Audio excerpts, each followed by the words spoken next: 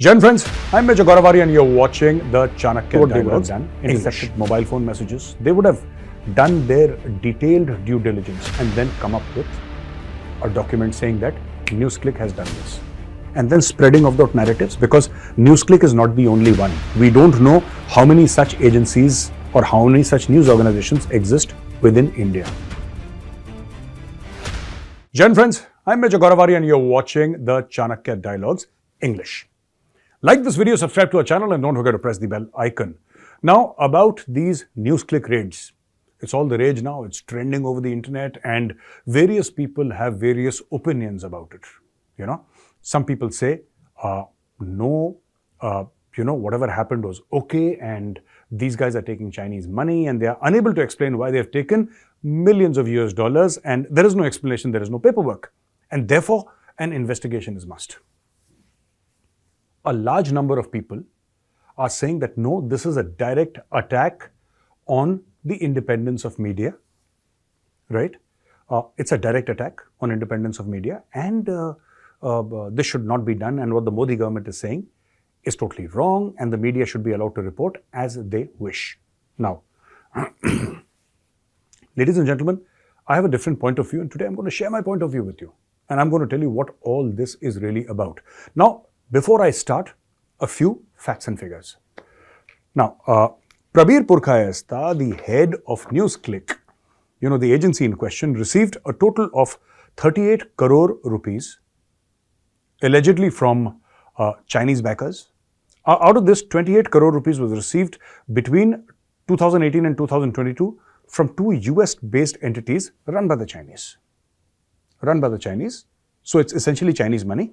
But 28 crore rupees came between 2018-2022 and the Delhi police, the special cell of the Delhi police, what they did was what we call SIGINT, signal intelligence, EINT, electronic intelligence, human intelligence. So what they did was they went backwards and because the news stories that are coming out, they are not very specific.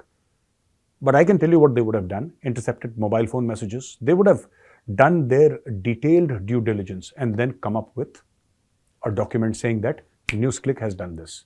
Now, what exactly has NewsClick done?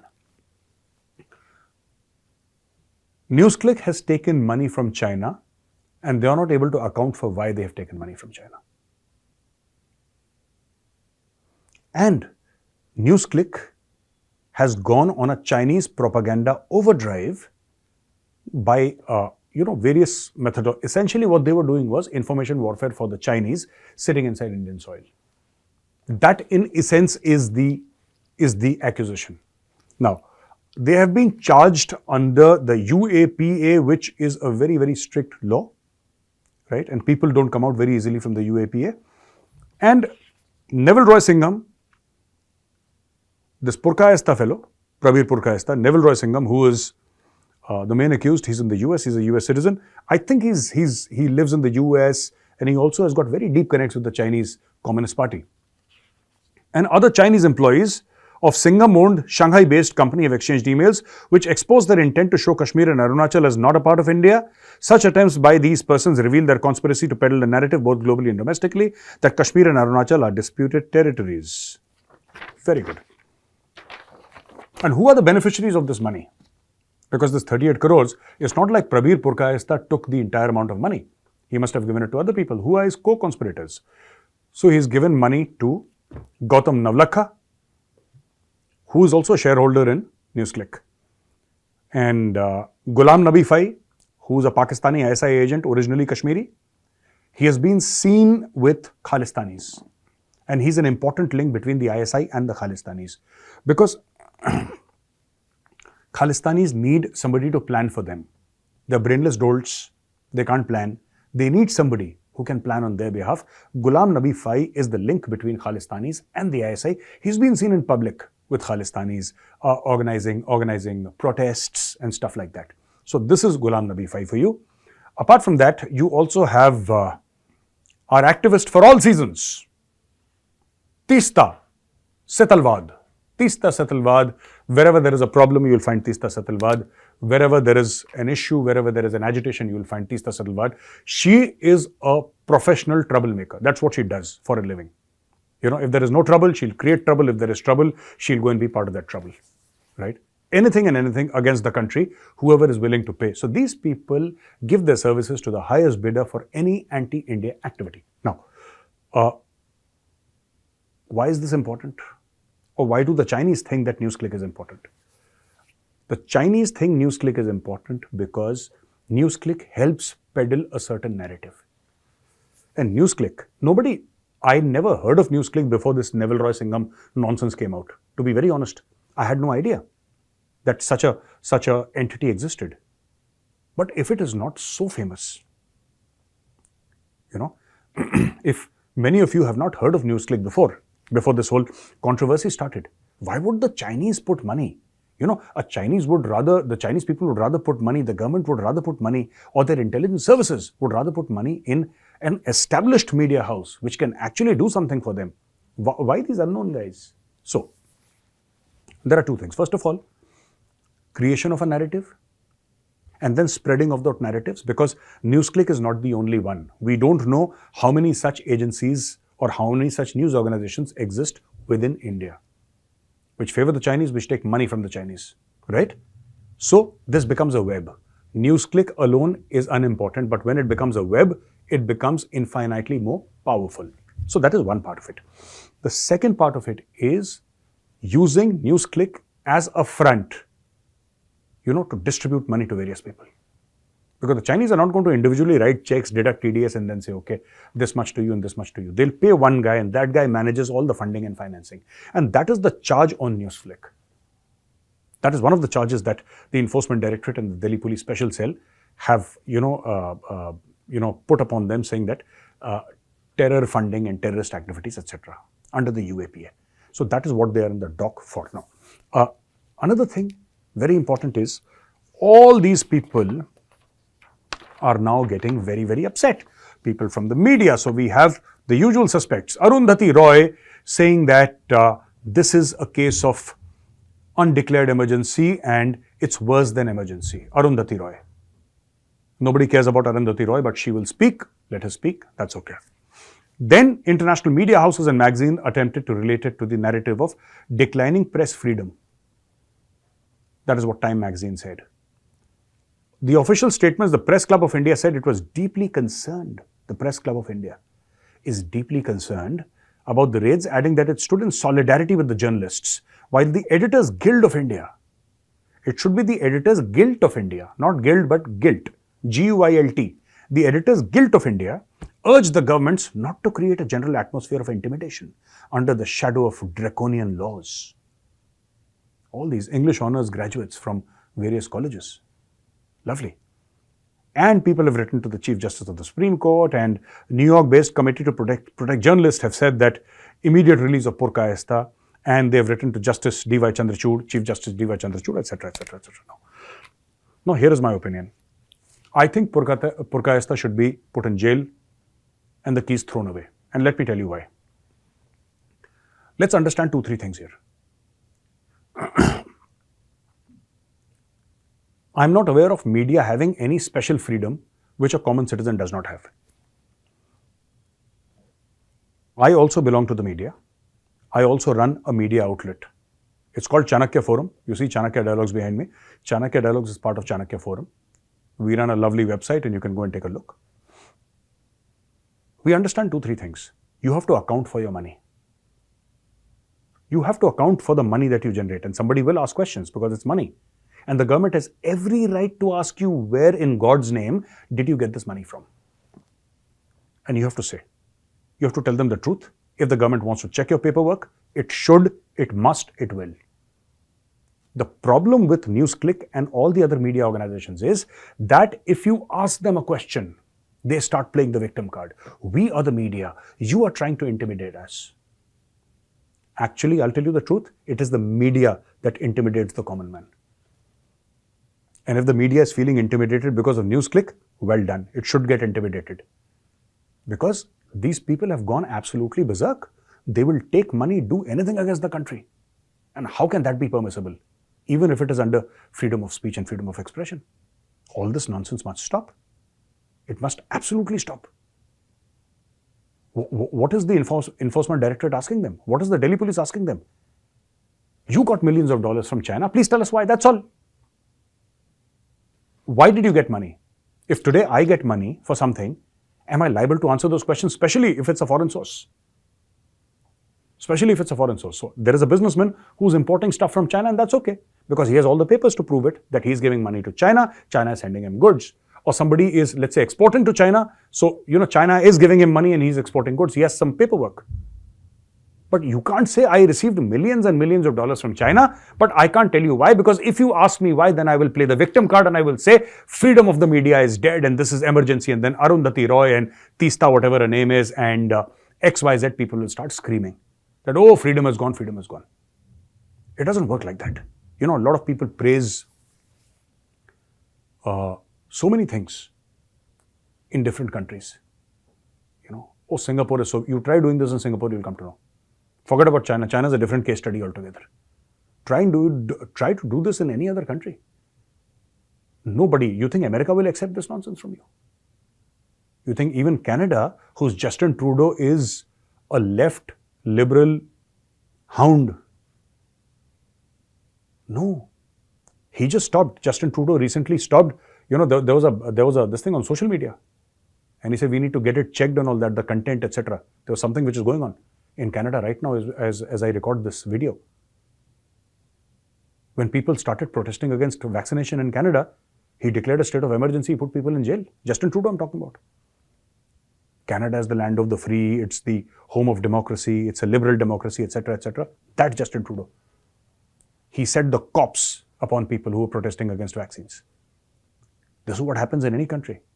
And I'm happy this is happening. See, you have every right to criticize the government.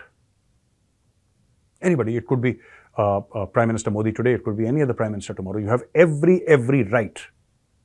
But there are two things which I want to say, and there is a big but.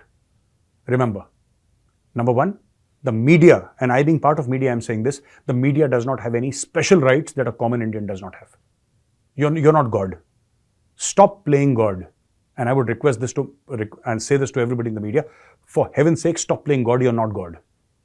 Nobody cares. People have anyway started moving away from news outlets to social media. You've played God for far too long. That is number one. Number two, if you take money from any country, it could be Mauritius, it could be Tanzania, I'm not talking about China. It could be any country. You have to explain why you took that money, especially if it's a foreign funding issue. You can't just turn up one morning and say that, hey, I'm from the media, you can't ask me questions. It doesn't happen like that. It cannot happen like that. Everybody is accountable. I'm accountable. If tomorrow the ED turns up in my office and says that, boss, where are your book of accounts? We want to see, we suspect that you have done something wrong. It is my duty to say that, sir, here it is, and I am here, and please let me know how I can help you. And here is my chartered accountant. Talk to him. That's my job as an Indian. Media wants power without accountability. I'm not talking about all media houses. And these same media people, Arundhati Roy. Where was Arundhati Roy when Arnab Goswami was tortured in jail? I'm not saying this because Arnab Goswami is my friend. Forget about friendship for a minute. Let's talk pure cold logic. Where was Arundhati Roy? Death of democracy. Such frauds. Where was this Teesta lady?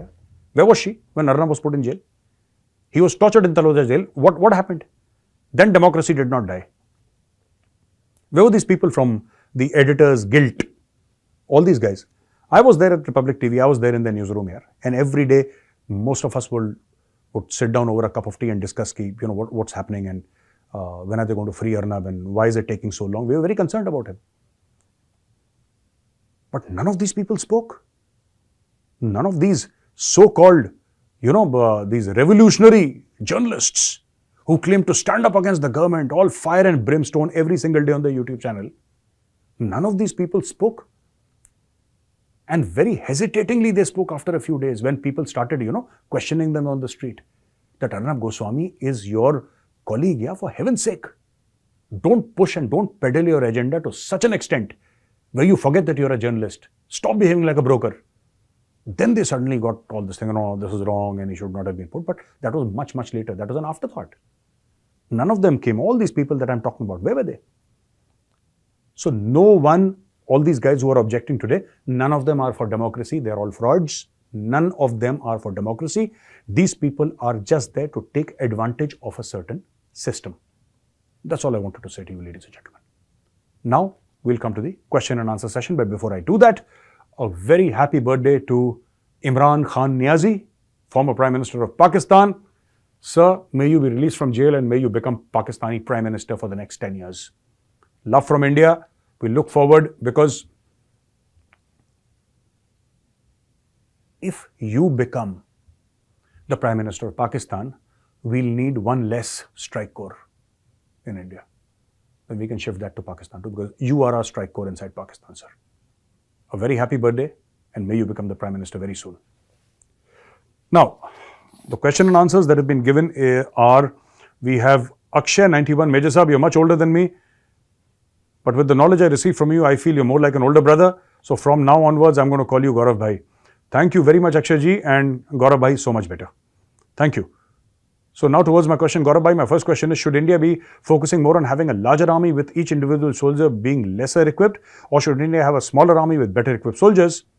So first is smaller army, better equipment. Though there is a dichotomy here. In the mountains, especially in the mountains, you will always need more manpower. So there is no getting away from the fact that you can put 1 million men in the mountain and they will disappear. That is true of mountains. I mean, you can't help it. That is the nature of the terrain. But overall, if you say, I would say smaller army, highly equipped, very well equipped. And I think we are going in that direction. The second question is that, should India start requiring something like an exit visa for every person leaving India for Canada, and they have to prove that the education or tourism that they can get in Canada cannot be gotten anywhere else? What I mean to say is not banning people from going to Canada, but making it really tough and depriving a country that is taking anti-India steps from much needed foreign currency. Akshayji, I don't know. Honestly speaking, I don't know what is the solution to this. I think it's a great idea, but I don't think it's doable. I would have done it. You know, I'm the kind of a guy, if I feel that it suits India, I will do it. But I don't think this is something that, you know, you can actually stop people from going. Canada can stop people entering Canada. We can't have an exit control list, unless, of course, that person is a criminal or something like that. Then you can have an exit control list, but otherwise not. Otherwise, it's not desirable to have this. Civilian right wing. Wow. Civilian right wing, is it? My question, Gauravji, did China finally walk out of CPEC corridor? Is the Taliban giving weapons to Baloch, Sindh rebels, or are they buying it from black market with drug money? Taliban has banned opium cultivation. Is it a plan to cut ISI to its size, because ISI gets its fund from opium processing and export? Okay, so a couple of questions you've asked me, Mr. Civilian Right Wing, and now, sir, I will attempt to answer. China has not walked out of the CPEC corridor. The CPEC corridor is in cold storage, but China is working very hard to revive it. Shehbaz Sharif did take a few steps, but all depends. Because it's not just that the Pakistanis are corrupt. There are two things. It's not just that they are corrupt, they're also incompetent. So China has to take the entire load of China-Pakistan economic corridor. The Pakistanis are corrupt, they're incompetent, they can't tie their own shoelaces, and they'll steal your money. It's difficult to work with the Pakistanis. And I don't think the Chinese have seen such a formidable opponent like the Pakistanis. I mean, $50 billion they invest in CPEC, and half that money is stolen by the Pakistanis. It's just doing Pakistani stuff. Corruption is everywhere.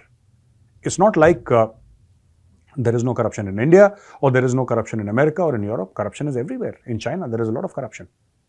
But in Pakistan, it's institutionalized. They've taken it to such a level where they don't care if Pakistan falls down.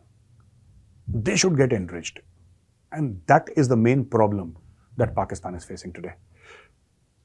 Right. And then, did Taliban give weapons to Baloch, Sindh rebels? Actually, no one needs to give any weapons to Baloch and Sindh. Pakistan is floating in illegal weaponry. So you can go with a few thousand rupees and buy an AK-47. It's not like somebody has to give weapons and all. Pakistan is flush with weapons. Balochistan is flush with weapons. Interior Sindh, flush with weapons. Everywhere in Pakistan, and Pakistanis are very proud that, you know, everybody has a weapon. They're very proud of this fact, not realizing it's a matter of shame, it's not a matter of pride. In modern society, it's a matter of shame. You know, somebody telling me that, Major Saab, I've got a rocket launcher in my house.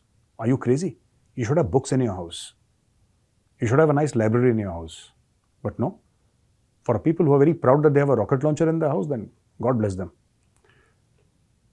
Taliban has banned opium cultivation. Is it a plan to cut ISI? No, it's not about ISI. Taliban has banned opium cultivation because, you see, it's illegal money, and Taliban is very keen to be recognized as the bona fide rulers of Afghanistan, and they are keen to be doing or seen to be doing things in a legal manner. They want to be recognized by the world, diplomatically recognized. And if Taliban turn out to be the biggest cultivators of opium, then it's not going to help them. Now, Selvarajji, thank you for your question, Major. It is the reason China banned fish imports from Japan to cover up their nuclear submarine accident. Maybe because nuclear leak from the nuclear submarine accident from Malaysia, disregard to the submarine incident. Yeah, China did ban fish imports from Japan because of that nuclear reactor leak, no? Yeah, that's true. I mean, that happened. It's not a nuclear submarine incident, it's a separate thing. A separate case that you're talking about. That is why they banned it. Namaste, uncle. My name is Divyansh, and here is my question. Namaste, beta. And what do you think about infiltration of woke ideology from West to India? Does it do any good to the people? Do you think they are morally superior? Also, here is what I think about it. I think it is destroying our culture as it causes pendulum to swing too far to the left, which causes appearance of radical right-wing people as they think they are being morally superior. I think it's a temporary facade and will lead to long-term detriment. See, all these woke and all, these are fads. These will come and these will go away. So people want to appear more and more liberal, more than they are comfortable appearing. But they'll continue to do it day after day after day after day. They'll just continue to do it, yeah. And that is just how it is. I don't think it's going to impact our culture. Our culture is more than 10,000 years old. So woke or unwoke, it doesn't matter to India. But yes, it's irritating. I find this culture irritating, personally speaking. I find it extremely irritating. It's an irritant. It doesn't stop my work, it irritates me. So ladies and gentlemen, thank you very much for watching this video. If you like this video, press the like button, subscribe to our channel. Don't forget to press the bell icon. Jai Hind, Vande Mataram, Bharat Mata Ki Jai.